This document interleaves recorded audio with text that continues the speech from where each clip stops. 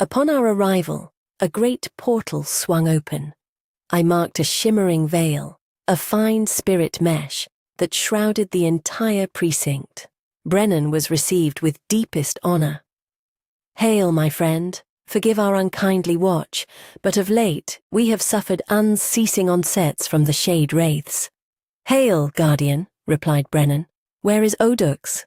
Audiobook witnessed your sigils and even now draws nigh." The herald for the Guardians was a man of lofty height, bald and garbed in a coarse, dark tunic, resembling the warlike habit of a night warden. He bore the Death's Head cognizance upon his chest. "These Guardians are the Bones," Brennan instructed us. "The Brotherhood of the Bones. This order aids those unfleshed beings who remain fettered in misery to the lingering corruption of the graves. Their task is the cleansing of the spirit, hastening the ascent to higher spheres." "Why such a strange appellation, the Bones?" I spoke low. "Many Guardians take up names of hidden lore," Brennan explained. "A symbol that wakes a deep thrum within the soul memory of the netherspheres. As their labor takes place amongst the dead, the bone is their chosen sign. They prevent black magicians from plundering the lingering spark held within the fleshy veil of the newly dead." We approached the heart of the glow, a mighty, towering cross. A shiver of grace shrouded it in unearthly weight. "The cross of the souls," Brennan said softly. "A hallowed knot where sacred thrums gather, the devotion and love of the living. Those who keep vigil in this God's acre beget a light that wells forth from this very stead. It is a fount of might."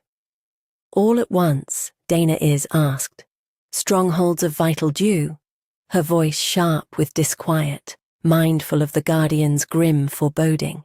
The Guardian answered, "The serpent shades you saw earlier are spirit wretches who prey upon the final shivers of the soul. They seek the remnants of the dew to fuel their dark artifices. They seize unliberated spirits still imprisoned in their remains and transform them into thralls, mere husks for their black craft." Our attention was drawn to a new spirit. He was tall, with lively eyes and a lordly mien of absolute command that was tempered by an uncommon grace. He approached our guide with a look verging upon veneration. "Greetings, Brennan. I am honored to bid you welcome back to our circle." "Greetings, Audiobook," Brennan said with a warm and kindred ease. "It gladdens my heart to see the guard is in worthy stewardship." "I hold the duty as a sacred trust," Audiobook declared with iron resolve. "I am ever more grateful to you for having charged me with this keep." "The Bones seem well pleased with your hand upon this strife," Brennan rejoined. Audiobook nodded, his brow furrowed with grave disquiet. "We have sought remedies for the tribulations imposed by the darkness, listening to the counsel of all within our fellowship, my friend." "Common counsel has found its way even here, I see," Brennan remarked with a trace of mirth.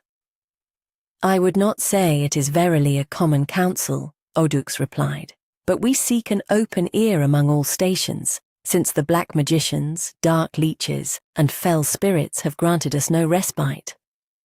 "This is no surprise," Brennan said, his tone growing more serious. "Since we have pushed our warded bounds forward, I have visited many other watchposts and churchyards, and in each we were able to bind a covenant of vigil, much like the one we hold here. These are humble labors truly, yet we forget not that our divine counsel flows from the sovereign will of the Guardians." He gestured to the surrounding ether. "We follow that sacred chart, for it is of higher grace. Where we are able, we attune this guidance to the plague of each place under our ward. We are here to ease your burden." Our guide, Brennan, spoke affectionately, placing his hand upon the shoulder of the sentinel. Turning to us, Brennan brought forth the leader of that company. "This is Audiobook. He is the master of this host. Suffer me to name my companions, Diego and Dana. They are my good friends. And this is Bellatrix, who makes her first faring to these grounds. All of them travel under my ward. They are quickened spirits who have stepped beyond their flesh and possess the grace to traverse our plane with little travail. They have vowed to aid our cause, for we lack an offering of vital due. Audux's scrutiny returned to us, and he advanced, his gaze firm and unbending.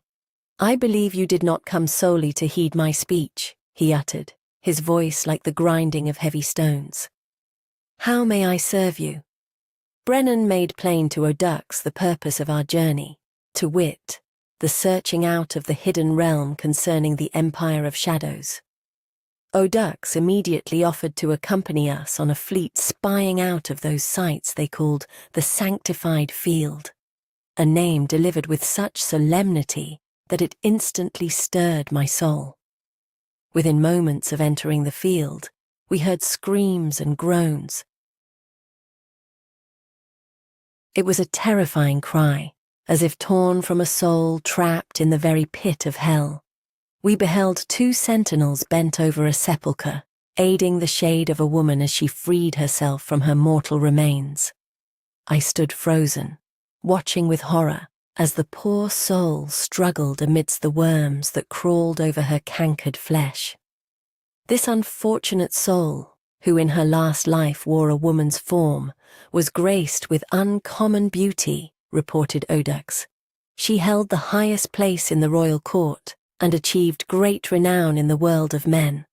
Yet, she succumbed to the sin of intemperance, to lust, and to the perishable world. She gave all her heart to the fleeting beauty of the mortal vessel. And did such vanity lead to her end? Master Diego interjected, his voice tight with a steward's gravity. Or was there some darker hand at work? She perished the victim of a vile malady, one which by degrees withered her vital spirits. Following her departure, she fell into a frenzied clinging to her former frame, a mad longing for lost temporal glory. She has resisted all succor, despite the torment of the worms enveloping her shade shroud. "And the tether?"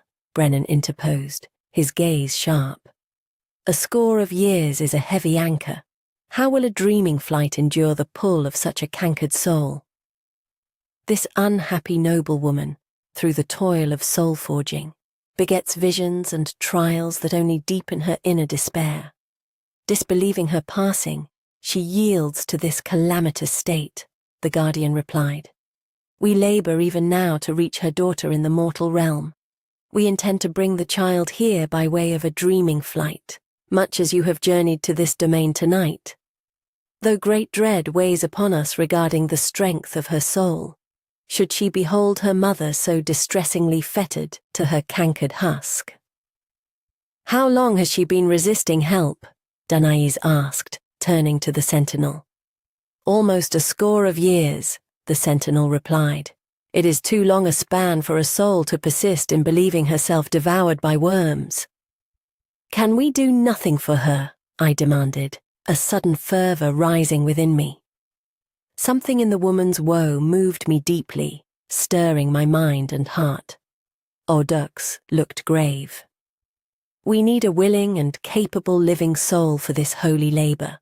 One of our sentinels has brought word of a brotherhood willing to lend aid, but we also require one who will yield vital due and hath but a humble knowledge of the sacred art of rescue." "Behold what befalls her," he said, pointing inside the sepulchre. I conquered my repugnance and looked. The woman's shade writhed amidst countless worms. Vile, phantasmal shapes crept from her ears and nose. Her eyes bulged horribly from their sockets. These forms, sometimes taking the guise of mortals, sometimes that of scorpions, did sorely sting her haunted frame.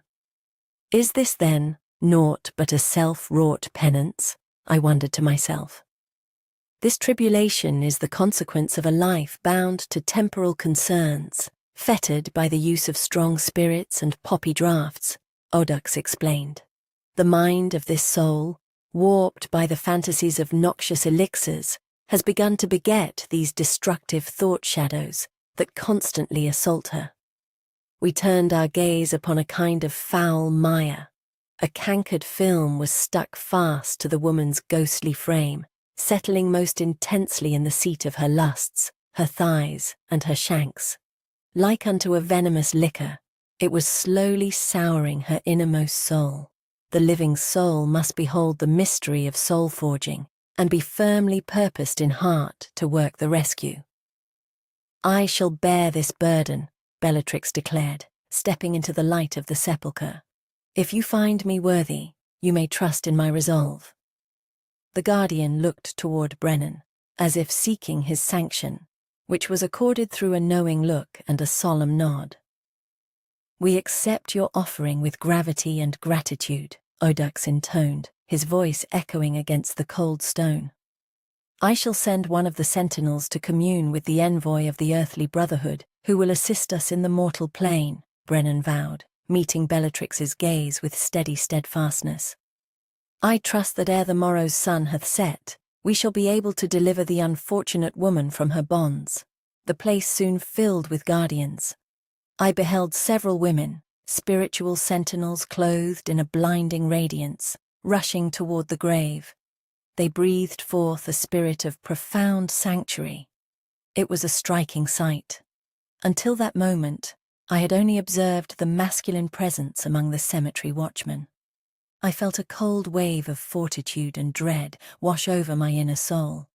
I turned toward Brennan, seeking to fathom the true weight of the vow I had proffered. "Brennan," I breathed into the stillness, my mind voice trembling. Audiobook spake of a sacrifice. What is the essence I truly surrender? Is it the very radiance of my soul?